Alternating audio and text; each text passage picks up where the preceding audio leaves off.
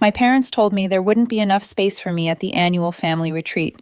Then they invited 118 people, all 6 of my siblings, their families, in-laws, even cousins and friends. I didn't say a word. I took action instead. 9 hours later, my mom was screaming. "So, how was the retreat?" my friend Mia asked, like she was commenting on the weather. I blinked. "What retreat?" She laughed a little, then tilted her head. "Your sister posted about it. Looked amazing. Matching shirts and everything." She pulled out her phone, and there was a photo taken from above. A drone shot, obviously. A sprawling resort tucked against a lake. 118 people posed in tidy rows, like someone was trying to break a family record. A banner stretched across the middle, 2025 Annual Family Retreat. I recognized every single face. My parents front and center, my 6 siblings, their partners, their kids, a few cousins I hadn't seen in years, even the in-laws. There was a color scheme. There were laminated name tags. Everyone except me. "Oh," I said lightly, forcing a smile. "Yeah, I wasn't there, technically." Mia blinked. "Oh, got it." She started to say something else, but I waved it off with a small shrug and a sip of wine. It didn't seem worth explaining. Not there, not with 6 people chatting about oat milk and vacation deals across the table, not with the shrimp skewer still going around like everything was normal. So I did what I've done for years. I smiled. I nodded. I laughed at a story I wasn't really listening to. I made eye contact, tilted my head. I was composed. My heart, on the other hand, was sprinting in circles like it had just remembered something urgent. 10 minutes later, I excused myself to the bathroom. The hallway light buzzed overhead. I closed the door, locked it quietly, and sat on the edge of the tub. It smelled like lavender soap and someone's hair gel. I opened my phone, Instagram. First, there were photos, dozens of them. Lakeside brunches, campfire nights, my brothers holding toddlers, my sisters in matching sundresses with retreat crew hats. One shot of my parents slow dancing under string lights. Someone had coordinated all this. A spreadsheet existed. This wasn't casual. I checked my sister's story. There was even a hashtag retreat to reconnect. Then I remembered the phone call a few weeks earlier. I'd asked my mom offhandedly, "Hey, are we doing anything this year for the retreat?" She'd sounded rushed. "We're just keeping it small," she said. "Not enough space for everyone." Not enough space, right.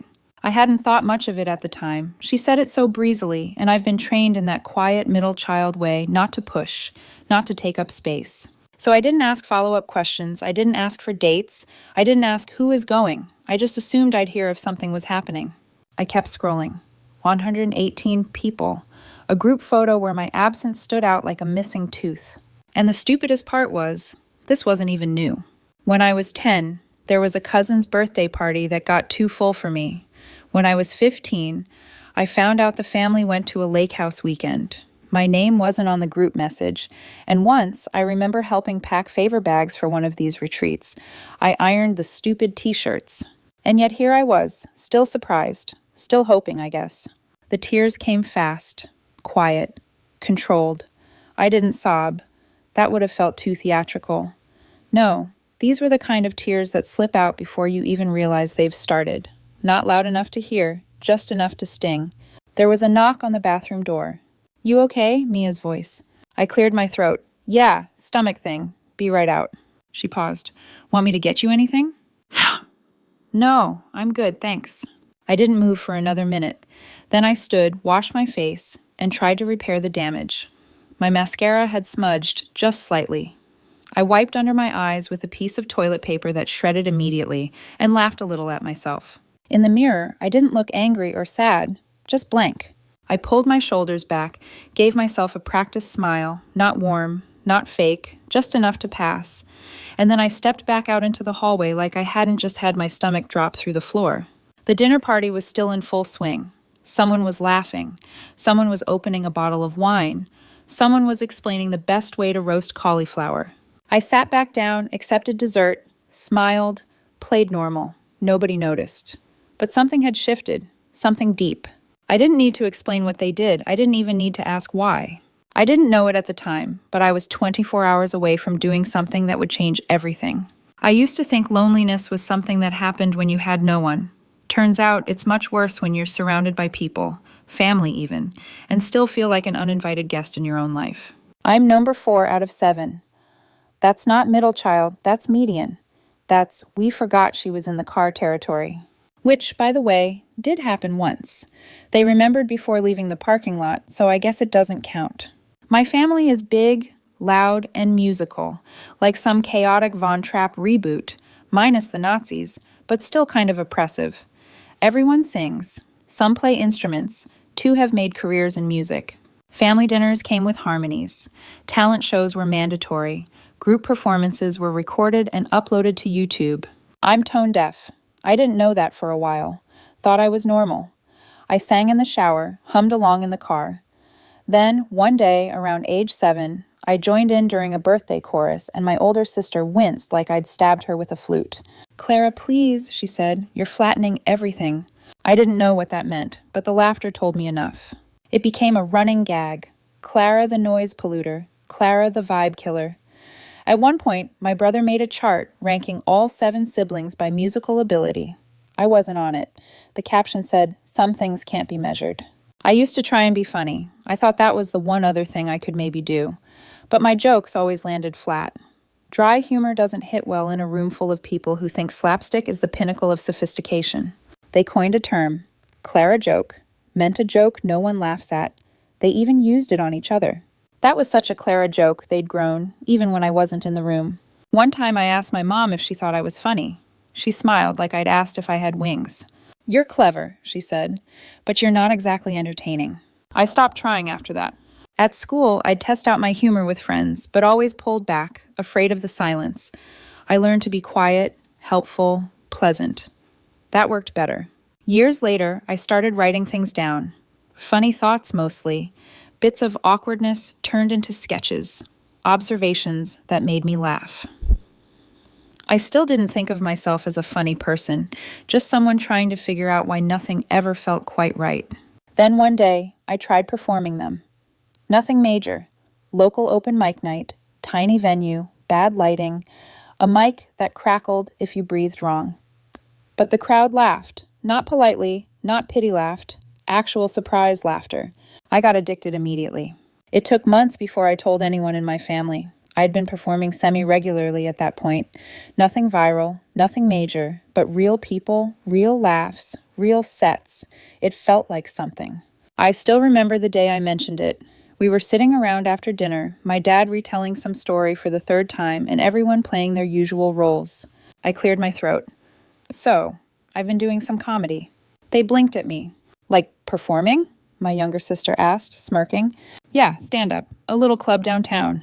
My brother actually laughed. "You? On stage? Well, it's not a stadium," I said. "It's mostly sticky floors and expired beer, but yes, a stage." They laughed again, not in a cruel way, in the way you laugh when someone tells you they're training for space camp at 30. "You've never been funny," my mom said gently, "but that's sweet. It's good to have hobbies." I wanted to believe it was just surprise, that once they saw me perform, they'd get it, they'd be proud, maybe even change how they saw me. Maybe the label of unfunny would finally get scratched off. I invited them. I even picked a good show. Friday night, decent turnout, a supportive crowd. I wore a new top, rehearsed my set to death, and got there early to claim seats. I kept glancing at the door as people filtered in. A couple from my last set waved. Someone complimented my shoes. The room filled slowly but steadily, and I kept checking the door right up until the host said my name. No one came. I scanned the room one last time as I walked up. Not a single familiar face. It hit me harder than I thought it would. Not like a punch, but like a vacuum, like all the air in the room suddenly decided to be somewhere else. But I smiled. I opened with a throwaway line, got a laugh, found my rhythm, and I crushed it that night. Someone came up and told me they hadn't laughed like that in months. Another asked where they could find me online. I should have felt proud, but all I could think about was the empty seat in the 3rd row I'd reserved for my mom. Someone once said that the life of a comedian is making other people laugh while you're crying inside. That night, it felt especially true. After that, I stopped inviting them. Not out of spite, out of self-preservation. They never asked about it again. Occasionally, someone would mention a new song they'd released, or a relative who had booked a tour, and someone would say, "Clara's got her little comedy thing," like I was knitting hats for squirrels. I still smiled, nodded, laughed at their jokes, but inside something shifted. I stopped hoping they'd show up. I stopped expecting the punchline to be anything but me. I didn't plan to do it. That's the funny part, or the ironic part, or maybe just the human part. After I found out about the retreat, the one my entire family attended while I stayed home eating leftovers and pretending not to care, I went home, opened my laptop, and stared at a blinking cursor for 20 minutes. Then I wrote something, not my usual kind of funny, not polished, just honest. The next night, I had a set at the club. I was going to do my usual material, awkward dating stories, my theory that oat milk is just cardboard in liquid form, and how people who say, "let's circle back," deserve a special corner in hell. But when they called my name, I left the notes in my bag and walked on stage with something new. Most comedians, I said into the mic, get into stand-up because their families laughed at their jokes. I got into comedy because mine didn't, at all. They actually created a category for it, Clara joke. Like a dad joke, but meaner and apparently contagious. People laughed, so I kept going. In my house, if you told a bad joke, it wasn't just a flop. It was a full-blown scandal. I should have had my own documentary, The Girl Who Wasn't Funny. That one got applause. I talked about how my siblings could all sing, how even the toddlers in the family had rhythm, and how I was basically the designated audience member, the family hype woman, minus the hype. And then I said it. Last week, my parents told me there wasn't enough space for me at the annual family retreat. Then they invited 118 people. That line got a full gasp laugh combo. My favorite reaction. I let it hang in the air a second longer. So, yeah, I guess there wasn't enough space. Not at the resort, just in their idea of who belongs. I got off stage to a standing ovation, but I didn't feel triumphant. I felt like I'd just yanked out a splinter that had been festering under my skin for years. It hurt, but I could finally breathe. The next morning, at 7:03 a.m., my phone rang, my mother's name on the screen. I let it ring. Then it rang again, and again. The fifth time I picked up, mostly out of morbid curiosity. She didn't say hello, she didn't pause, she went straight into screaming. "How dare you?" she said. "Someone saw your little show. They told us what you said. You humiliated us." Not "are you okay?" Not even a half-hearted question about what I'd been thinking. Just full-throttle, high-volume fury. "It was a 10-minute set," I said. I didn't name names. "You didn't have to," she snapped. "Everyone knows who we are. Your siblings have reputations to protect. You're dragging us through the mud just because you didn't get your way." "You mean just because I wasn't invited?" I said dryly. "Or are we still pretending that didn't happen?" She didn't answer. "Do you know what your brother said?" she continued. "He said he might lose a gig over this, and your sister is mortified. She says people are calling her fake online." "So, are you saying people believe me?" Silence. "I see." She hung up. I didn't cry. I didn't even feel angry.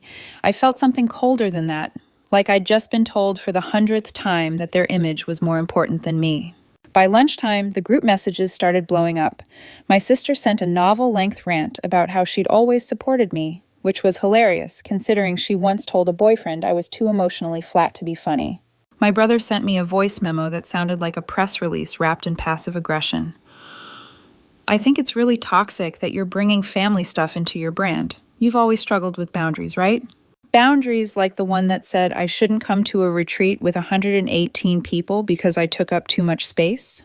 A cousin chimed in to say she thought I was exaggerating. It was probably just a misunderstanding. She said it like I'd misread an accidental mass invitation to everyone but me. One aunt said she was praying for me. Another message to say I'd broken my mother's heart. And here's the thing.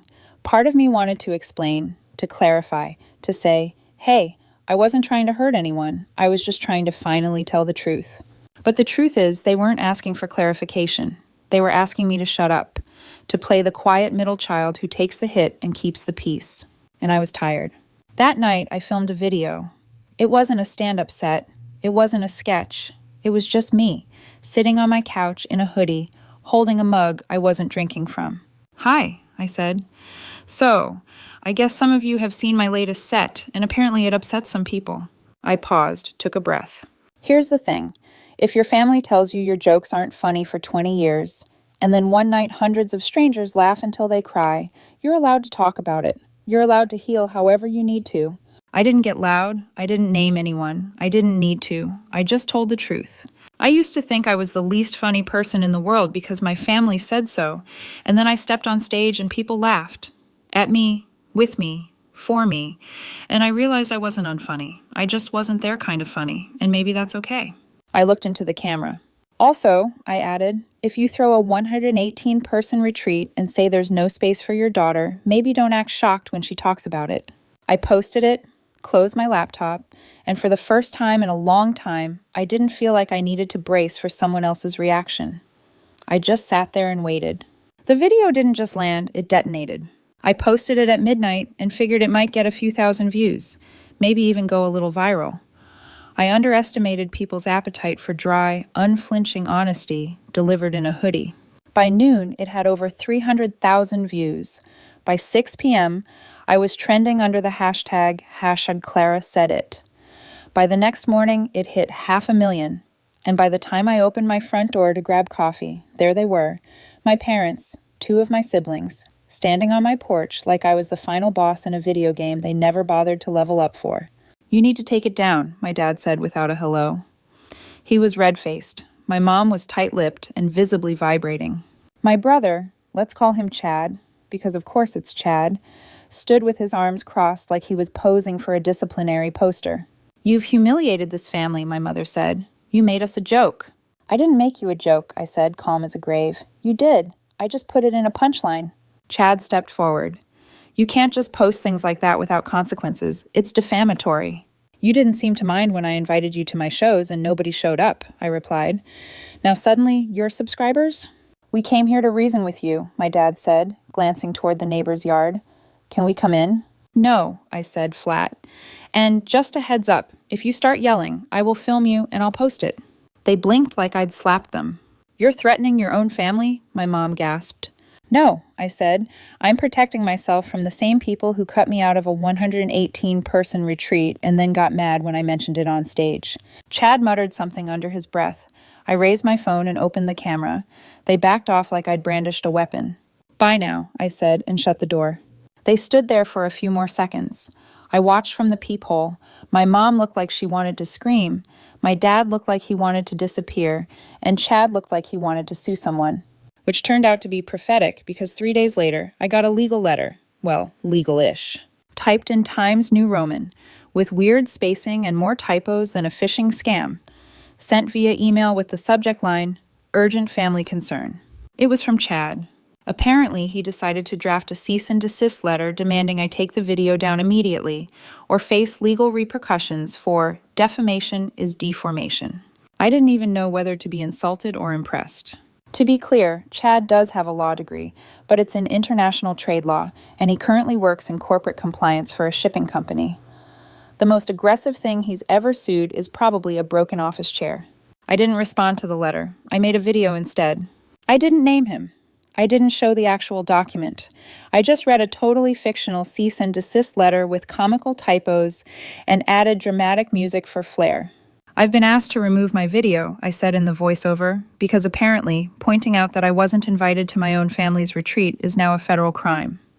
Somewhere the First Amendment is weeping. The video went up on a Thursday. By Friday, I had 900,000 views and 3 interview requests. People loved it, especially the deadpan delivery and the fake signature I read aloud. Respectfully yours, Chad the Enforcer. It was cute. On Saturday, I blocked everyone, all of them. I'd held out hope that maybe, just maybe, someone in the family would reach out and say, hey, we messed up, or I see you now. But no. The messages were all about damage control, about optics, about embarrassment. No one said sorry, no one asked how I felt. So I gave them the silence they never earned, but definitely deserved. Group chats, exited, Facebook, locked, Instagram, archived, even Spotify, scrubbed of every playlist we'd ever shared. My mom sent me one final message before she got blocked. You've made a laughingstock of your own family. I hope you're proud. And the thing is, I wasn't proud. Not exactly, but I wasn't ashamed either. I was free. The fallout was ugly. Some of my siblings who work in music started losing small contracts. Apparently, people didn't want to be associated with the family being dragged in the public eye. Which is ironic because suddenly they were also getting podcast invites. Every minor influencer with a podcast titled Let's Talk About It or Raw and Real wanted them on to discuss growing up with Clara. A few accepted. They didn't use my name directly, but let's just say, when your brother goes on a podcast called Family First and says, some people just thrive on playing the victim, it's not exactly a mystery who he means. Meanwhile, YouTubers did what YouTubers do best. They dug. Someone found my mom's Facebook. Another found the resort name on a cousin's tagged photo and connected the dots. Soon, a few creators started reaching out to the family. One even showed up at their house to ask for comment. 2 weeks later, my parents sold the house. The official reason was downsizing, but we both know better. They moved to another town quietly. One of my sisters deleted her social media. Another posted a vague statement about taking a break from public life. Me? I didn't say a word. I didn't celebrate. I didn't throw a party. I just kept making videos. Not about them, at least not directly, just stories, observations, the kind of things that made people feel seen, made them laugh. And when I looked at the comments, I saw something I never got growing up. Relatable. Thanks for saying what I couldn't. I thought I was the only one. And for the first time, I felt not alone, not unwanted, not a Clara joke. Kiss Clara, and that was enough. Fast forward a year. I'm still no contact with my family, and honestly, I don't miss the noise. I've got real friends now. People who laugh with me, not at me. People who see me. And the comedy, it took off. I quit my day job, started touring, and for the first time, I wake up excited about what I do. People come up to me after shows and say, I thought it was just me. It never is. Sometimes I still wonder, did I do the right thing, or did I go too far? Let me know in the comments. And if you want more stories like this, don't forget to subscribe and hit the notification bell. Asterisk after listening to today's story, perhaps it has raised some new questions in your mind, or maybe it has brought back some old memories. Every day on Reddit, new experiences and moments create fresh stories, and they connect all of us. Everyone has their own unique journey in life, and we all try to understand the world in our own way. These kinds of moments remind us that we are all human, sometimes happy, sometimes sad, and always learning something new. If you enjoyed this story, feel free to share it with your friends. Your thoughts and feedback are always valuable to us, as they motivate us to create even better content. Every story has its own unique angle, and our goal is to understand everyone's perspective and make our content diverse and relatable. Stories like these help us realize that life's journey is different for everyone, and by hearing other stories, we learn something new. You can also share your own stories with us. Your experiences are valuable to us as well, and if you enjoyed this video, please leave your feedback. We aim to create content that brightens your mind and gives you new ideas every time. If you've already seen this video before, your feedback is still important. With every piece of feedback, we can improve our content and bring a new perspective to our viewers. Today, what we saw was just a small part of the many stories shared on Reddit and across the world. It's a reminder of how we all try to understand life by sharing our experiences with each other. This video was only an example of how we try to connect with others through storytelling, learning about different sides of life. We hope to continue sharing such stories that help us all learn and grow together. Thank you for your time, and don't forget to keep an eye out for more stories coming soon. If you haven't already, please like and follow for more amazing content. Your support keeps us going, and we will strive to bring you more thought-provoking and heartwarming stories.